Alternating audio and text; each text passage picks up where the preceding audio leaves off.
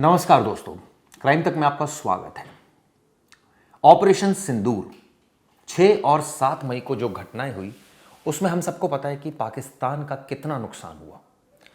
अब इसको लेकर एक और सबूत सामने आया है। दरअसल हमने इसको युद्ध करार नहीं दिया था, हमने सिर्फ आतंकी ठिकानों को टारगेट किया था।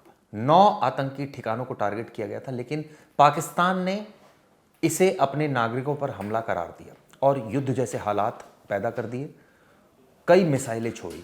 अब इस मामले में एक लेटेस्ट अपडेट आ रहा है। दरअसल श्रीनगर की डल झील काफ़ी फेमस झील है, पर्यटक आते हैं और वहाँ की सफाई भी होती रहती है समय समय पर। अब उसमें से एक मिसाइल का हिस्सा मिला है, वो आपको बता दूं क्या है।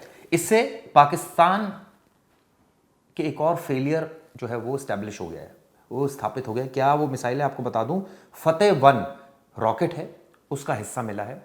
और आपको बता दें कि पाकिस्तान की तरफ से ये मिसाइल छोड़ी गई थी। इसकी जो रेंज है वो भी आपको बता दूं, ये 10 मई को ऑपरेशन सिंदूर में दागा गया था। ये बात निकलकर सामने आई है।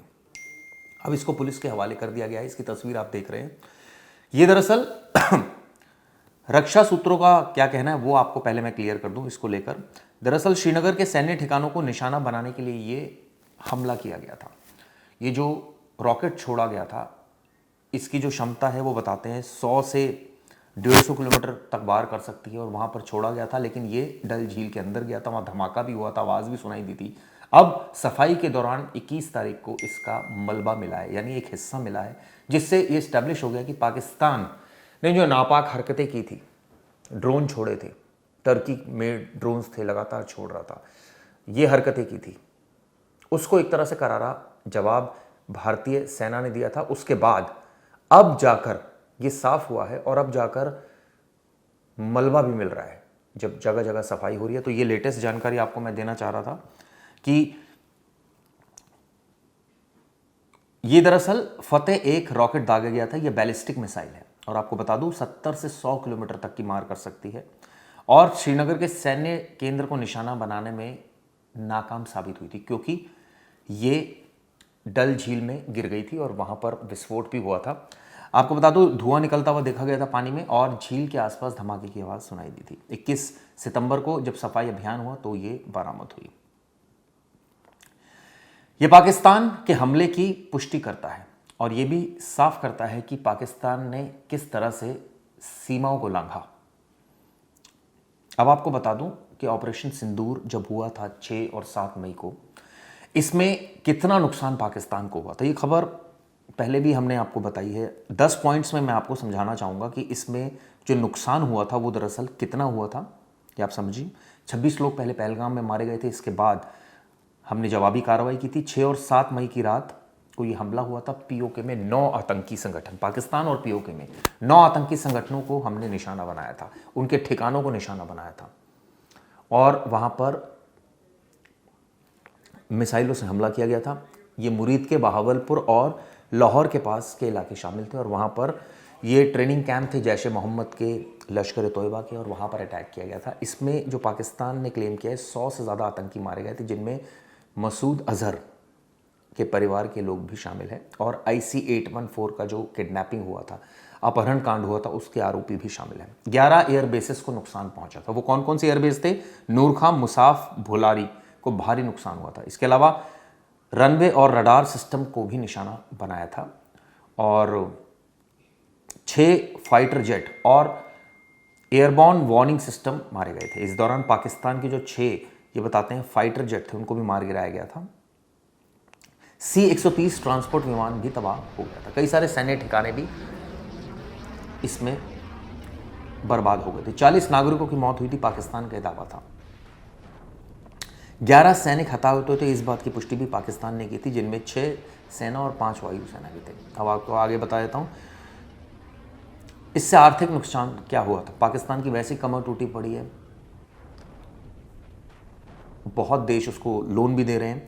10 मई को चगाई हिल्स के आसपास हमले के बाद शक हुआ कि नूर खां एयरबेस पर परमाणु हथियारों को नुकसान पहुंचा है। इस तरह की खबर भी आई थी कि नूर खां एयरबेस पर इस तरह से पहुंचा है। उसके बाद ये भी खबर आई थी कि अमेरिकी विमानों ने रेडिएशन चेक किया था, लेकिन बाद में ये खबर, इसके सबूत नहीं मिले थे। जिन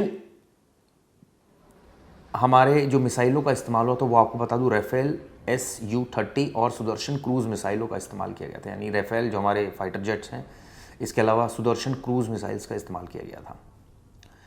इसे युद्ध की कार्रवाई पाकिस्तान ने करार दिया था, लेकिन भारत ने ऐसा नहीं किया था।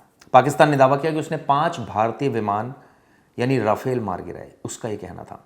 भारत ने इसे खारिज किया।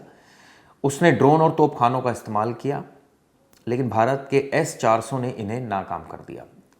आर्थिक संकट के बाद पाकिस्तान ने IMF से, आप सोचिए, $2.4 मिलियन की मदद मांगी थी। यानी ये हालात पाकिस्तान के हो गए थे जब ये हमला हुआ था। बड़ी बड़ी बातें करता था पाकिस्तान। पहलगाम में जिस तरह से कायराना हरकत हुई थी, उसके बाद जो आतंकी उसमें शामिल थे वो भी मार गिराए थे भारतीय सेना ने। और इसके बाद जो एयर स्ट्राइक की थी उसके भी सबूत भारत ने दिए। और बाकायदा जब ये पूरी एयर स्ट्राइक हुई तो अब जाकर इसके मलबे अब भी आप सोचिए मिल रहे हैं। यानी पाकिस्तान ने जो कोशिश की, नाकाम कोशिश, वो उजागर हो गई है। अभी भी हो सकता है आने वाले वक्त में कुछ ऐसे मिसाइलों के हिस्से या ये कहे जाए कुछ मलबा इस तरह का मिल जाए, क्योंकि पाकिस्तान ने हिमाकत तो बहुत की थी, लेकिन हमारे जो जाबाज सिपाही थे और जो हथियार थे उन्होंने उनको काफ़ी हद तक रोका। ड्रोन्स लगातार आ रहे थे, हम देख रहे थे। रात के वक्त अंधेरा कर दिया जाता था, उसके बाद उनके ड्रोन निस्नाबूद कर दिए गए। तो ये तमाम कार्रवाई भारत की तरफ से की गई थी, भारतीय सेना की तरफ से की गई थी। भारत की सेना ने पराक्रम दिखाया था और उसके बाद ये कहा जा सकता है कि पाकिस्तान ने घुटने टेक दिए थे, फिर सीज़ फायर हो गया था। उम्मीद यही करते हैं कि इसमें आने वाले वक्त में शांति बनी रहेगी, इस तरह की हिमाकत पाकिस्तान नहीं करेगा। और भारत ने साफ कर दिया कि अगर वो इस तरह की हिमाकत करेगा तो उसको मुंह तोड़ जवाब दिया जाएगा।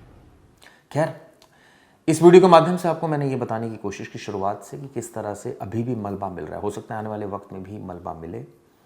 नुकसान का भी आकलन हमने किया। हमने आपको बताया किस तरह से ये हमला हुआ था, उसके बाद ऑपरेशन सिंदूर लॉन्च हुआ था, उसके बाद आर्थिक नुकसान क्या हुआ। पूरे अगर एक तरह से देखा जाए वर्ल्ड फोरम पर पाकिस्तान बेनकाब हुआ।